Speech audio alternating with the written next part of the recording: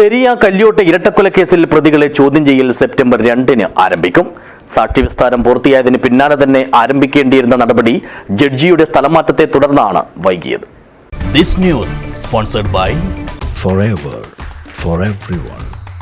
Shobhika Weddings, Big Mall, Kanyanad, Kozhikode, Koilandi and Kutyadi. Ernakulam CBI കോടതിയിൽ തിങ്കളാഴ്ച case പരിഗണിച്ച പുതിയ ജഡ്ജി ശേഷാദ്രിനാഥാണ് പ്രതികളെ ചോദ്യം ചെയ്യുന്ന തീയതി പ്രഖ്യാപിച്ചത്.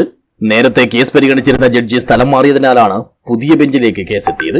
1 വർഷത്തിലേറെ സമയമെടുത്താണ് ഇതേ കോടതിയിൽ കേസിന്റെ സാക്ഷിവിസ്താരം പൂർത്തിയാക്കിയത്. ഇതിന് പിന്നാലെ തന്നെ പ്രതികളുടെ ചോദ്യം ചെയ്യൽ ആരംഭിക്കേണ്ടതായിരുന്നുവെങ്കിലും ജഡ്ജിയുടെ സ്ഥലം മാറ്റം മൂലം കാലതാമസം വരികയായിരുന്നു. 2017 ഫെബ്രുവരി 17-ന് രാത്രിയിലാണ് കല്യോട്ടെ യൂത്ത് കോൺഗ്രസ് പ്രവർത്തകരായ കൃപീഷും ശരത്ലാലും കൊല്ലപ്പെട്ടത്. ബൈക്കിൽ യാത്ര ചെയ്യുന്നതിനിടയിൽ കല്യോട്ട് കൂരാങ്കര റോഡിൽ വെച്ച് ഇരുവരെയും തടഞ്ഞു നിർത്തി പ്രതികൾ വെട്ടിക്കൊലപ്പെടുത്തിയെന്നാണ് കേസ്. ആദ്യം ലോക്കൽ പോലീസും പിന്നീട് ക്രൈംബ്രാഞ്ചും അന്വേഷിച്ച കേസ് ഒടുവിൽ കൊല്ലപ്പെട്ടവരുടെ രക്ഷിതാക്കളുടെ ഹർജിയിന്മേൽ സുപ്രീം കോടതി ഇടപെട്ട് CBIക്ക് വിടുകയായിരുന്നു.